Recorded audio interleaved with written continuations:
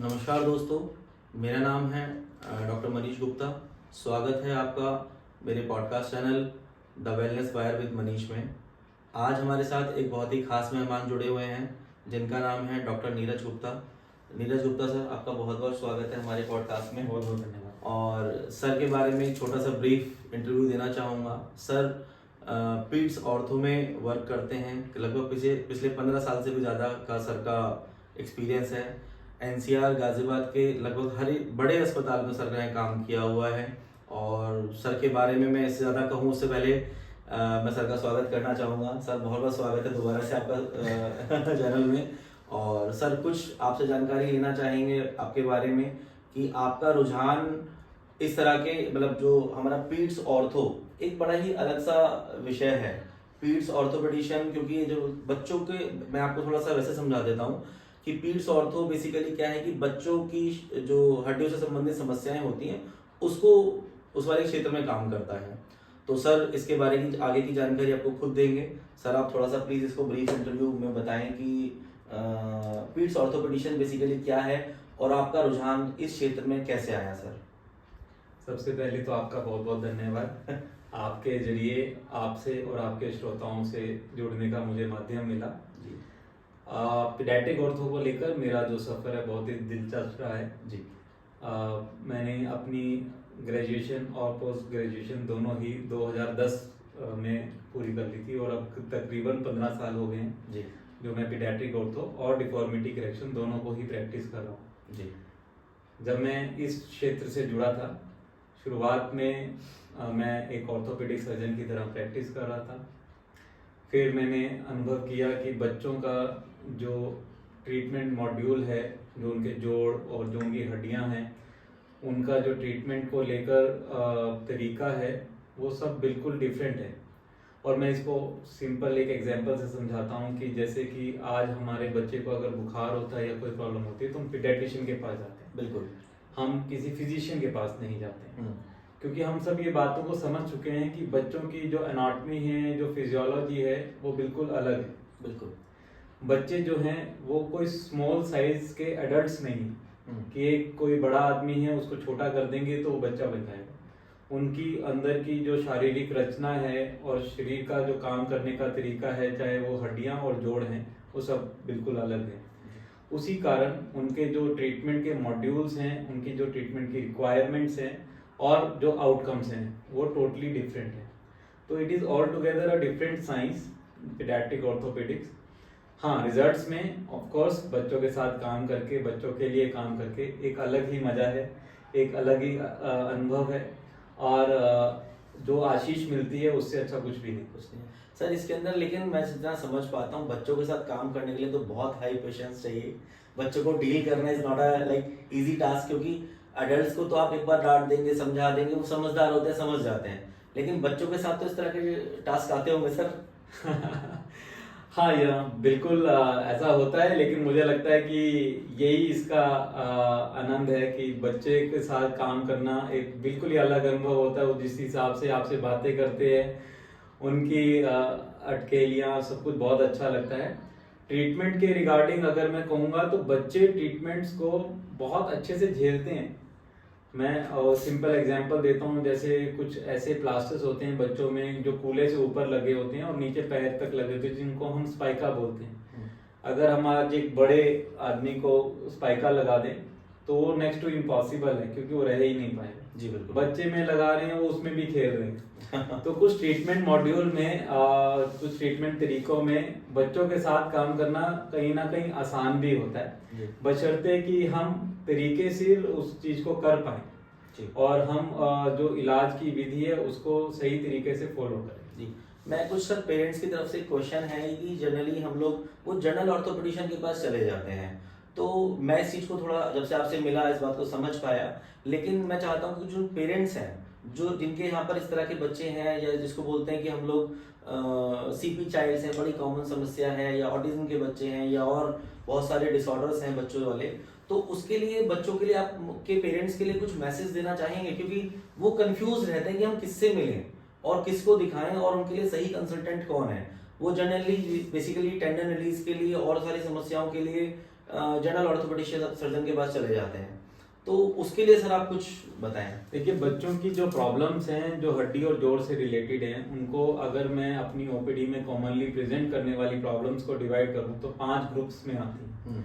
पहला ग्रुप वो है जो कि जन्मजात विकृतियां या फिर डिफॉर्मिटीज हो गई, जिसमें कि क्लब फुट हो गया, कूल्हे का बाहर निकलना जैसे कि डीडीएच हो गया, स्पाइन का टेढ़ापन जैसे कि स्कॉलियोसिस हो गया, इस तरीके की प्रॉब्लम्स हैं। दूसरे नंबर पे इस तरीके की प्रॉब्लम्स हैं जो इन्फेक्शन के बाद बन जाती हैं, जैसे कि सेप्टिक आर्थराइटिस हिप में हो गया, कूल्हे में मवाद पड़ गई, घुटने में मवाद पड़ गई और मवाद के कारण होने वाली आगे की डिफॉर्मिटीज बन गई। तीसरे नंबर पे इस तरीके की प्रॉब्लम्स आती हैं जो कि गठिया और बाय की तरह होती हैं, जिनको हम जुवेनाइल रूमेटॉइड आर्थराइटिस या जेआरए बोलते हैं। ठीक है। इस किस्म की प्रॉब्लम्स में जोड़ों में बहुत दर्द होते हैं, जोड़ों में सूजन आती है और वो एक समय के साथ जाती हैं फिर आती हैं, जिसको वैक्सीन एम्ब्रेनिंग बोलते हैं। अर्ली मॉर्निंग पेन्स होते हैं जी। चौथी किस्म की प्रॉब्लम्स होती हैं जो कि पीडियाट्रिक ट्यूमर्स को लेकर होती हैं। अच्छा। पीडियाट्रिक ट्यूमर्स में ऐसी प्रॉब्लम्स होती हैं जैसे कि कुछ ट्यूमर्स फैलने वाले होते हैं, कुछ ना फैलने वाले, और ऊपर वाले की दया है कि बच्चों में फैलने वाले ट्यूमर्स बहुत ही अनकॉमन होते हैं। ज़्यादातर ट्यूमर्स लोकली बड़े होते हैं और वहीं पे मैनेज हो जाते हैं। पांचवी किस्म की प्रॉब्लम्स होती है डेवलपमेंटल हैं, जिसमें कि आप सेरेब्रल पैल्सी ले लीजिए, जो पैदा होने के टाइम बच्चा रोता नहीं है, दिमाग में किसी भी कारण से ऑक्सीजन की कमी हो जाती है, दिमाग के कुछ हिस्से जो हाथ पैर की मांसपेशियों को चलाते हैं वो हिस्से अपनी प्रॉपर वर्किंग नहीं कर पाते हैं। ये प्रॉब्लम डेवलपमेंट जैसे जैसे बच्चा बड़ा होता है वैसे वो प्रॉब्लम्स बढ़ती जाती है। या फिर टेढ़ापन है, जैसे कि रिकेट्स की प्रॉब्लम हो गई, विटामिन D3 की कमी हो गई, वो न्यूट्रिशनल रिलेटेड डेवलपमेंटल प्रॉब्लम्स है कि वो जैसे जैसे बच्चा अगर पैर टेढ़ा है तो जैसे जैसे बच्चा बड़ा हो रहा है पैर और टेढ़ा होता चला जा रहा है। इन तरीके की प्रॉब्लम्स को हम अकॉर्डिंगली डील कर सकते हैं। और इन सभी प्रॉब्लम्स में हम एक चीज कॉमन जो मानते हैं वो है जड़।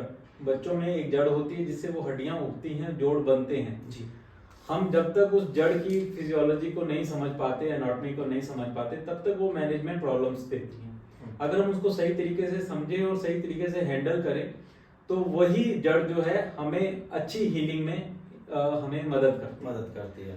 तो बच्चों की प्रॉब्लम्स इस तरीके से डिफरेंट है। हाँ, ये सभी चीजें जो हैं, मैं सभी पेरेंट्स को बोलूंगा कि किसी भी चीज का इलाज महंगा नहीं है, इलाज में की गई देरी महंगी पड़ती है। बिल्कुल। तो जो भी इलाज है उनको समय से करें और एक विधि पूर्वक करवाएं तो वो सभी इलाज कामयाब होते हैं और हमें भी उतनी ही खुशी होती है जी।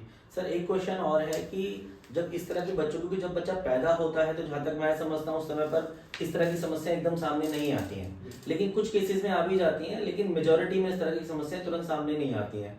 तो उस समय पर उनके जो पेरेंट्स हैं उनको किन चीज़ों का ध्यान रखना चाहिए, किस तरह के सिम्टम उन्हें नोटिस करने चाहिए जिससे कि वो अपने रिलेटेड पीडियाट्रिशियन से या पीड्स ऑर्थो से मिलें, और इसमें किस तरह की सर्जरीज होती हैं जो कि पीड्स ऑर्थो के लिए जरूरी होती हैं जो जनरल ऑर्थोपेडिशियन नहीं कर सकते। देखिए, शुरुआत से अगर हम गिनते हैं तो सबसे पहले मैं चाहूँगा कि सभी पेरेंट्स को एडवाइस करूँगा या टू बी पेरेंट्स को एडवाइस करूँगा कि जब बच्चे होते हैं तो एक ना एक स्क्रीनिंग जन्म से पहले 1 महीने में एक पीडियाट्रिक ऑर्थोपेडिशियन के द्वारा जरूर करवाएं। इससे उनके अंदर कोई भी पैदाइशी कोई डिफॉर्मिटीज हैं जो उस समय उजागर हुई नहीं है या हो नहीं पाई हैं तो वो सामने आ जाती है। एक स्क्रीनिंग टेस्ट वो मुश्किल से 5 से 15 मिनट का समय लेता है और उसमें हम सारे की सारी डिफॉर्मिटीज के लिए बच्चे को एक तरह से स्क्रीन कर लेते हैं, स्कैन कर लेते हैं, हम टच करके देख लेते हैं कि कहीं पे कोई प्रॉब्लम तो नहीं। हाँ, कुछ ऐसी प्रॉब्लम्स हैं जो हमें उस समय नहीं समझ में आई तो बाद में आती, तो उसमें मेन सिम्टम्स या साइंस जो बच्चे के अंदर दिखते हैं, पहला कि बच्चा समय से खड़ा नहीं हो रहा है, दूसरा कोई अंग टेढ़ा है या फिर उस तरीके से नहीं लग रहा है कि बच्चा जो है उस पैर को सही तरीके से या हाथ को सही तरीके से इस्तेमाल नहीं कर रहा है या कम मूव कर रहा है।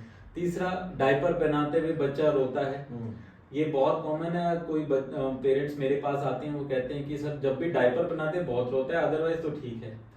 और उसमें पाया गया है कि बहुत सारे केसेस में सेप्टिक आर्थराइटिस यानी कूल्हे में मवाद तक की प्रॉब्लम होती है जो कि मिस हो जाती है। तो उसको मूवमेंट होता है तो वो दिक्कत होती है। मूवमेंट होता है तो दिक्कत होती है। और हमें हमेशा ये नहीं सोचना है कि अगर मवाद है तो बुखार आएगा ही आएगा। बच्चों का इम्यूनोलॉजिकल रिस्पॉन्स बड़ों के मुकाबले में डिफरेंट होता है जी। तो जरूरी नहीं कि हर समय बच्चों में वही साइंस दिखे जो बड़ों में दिखते हैं, जैसे कि इन बुखार आना या फिर कुछ और करना। बच्चे कई बार होता है कि खाना नहीं खाते बस बुखार में, और वैसे बुखार नापते हैं तो कुछ आता नहीं है, लेकिन उनमें इन्फेक्शंस होती है। तो इसी तरीके से अगर बच्चों में कोई भी ऐसी चीज जो हाथों को पैरों को लेकर आपको लगता है कि उनकी मूवमेंट्स कम है या डिफरेंट है, तो आपको एक कंसल्टेशन जरूर लेनी चाहिए। बिल्कुल सर, आपसे जुड़ने के लिए, आपसे मिलने के लिए हम कैसे सर, आप वैसे सर मणिपाल हॉस्पिटल में गाजियाबाद में अभी कार्यरत हैं, और सर के अपॉइंटमेंट्स के लिए सर आप प्लीज मैसेज थोड़ा सा एक फॉरवर्ड करें।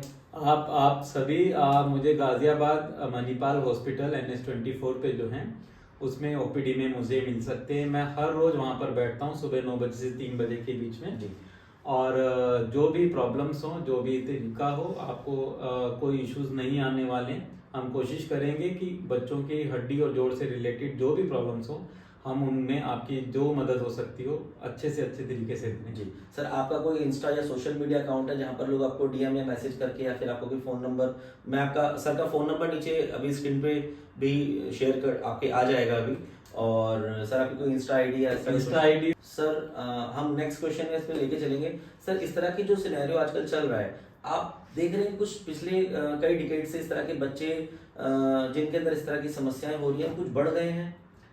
हाँ बिल्कुल, मैं इस बात को मानता हूँ। इसमें मोस्टली सेरेब्रल पैल्सी या ऑटिज्म के बच्चे हैं जो पहले कम होते थे, क्योंकि पहले सेरेब्रल पैल्सी जो प्रॉब्लम है उसमें क्या होता है कि दिमाग में ऑक्सीजन की कमी होती है, या ब्रेन में किसी तरीके की जैसे डिपोजिशन, बिलिरुबिन या दूसरी तरीके की डिपोजिशंस हो गई।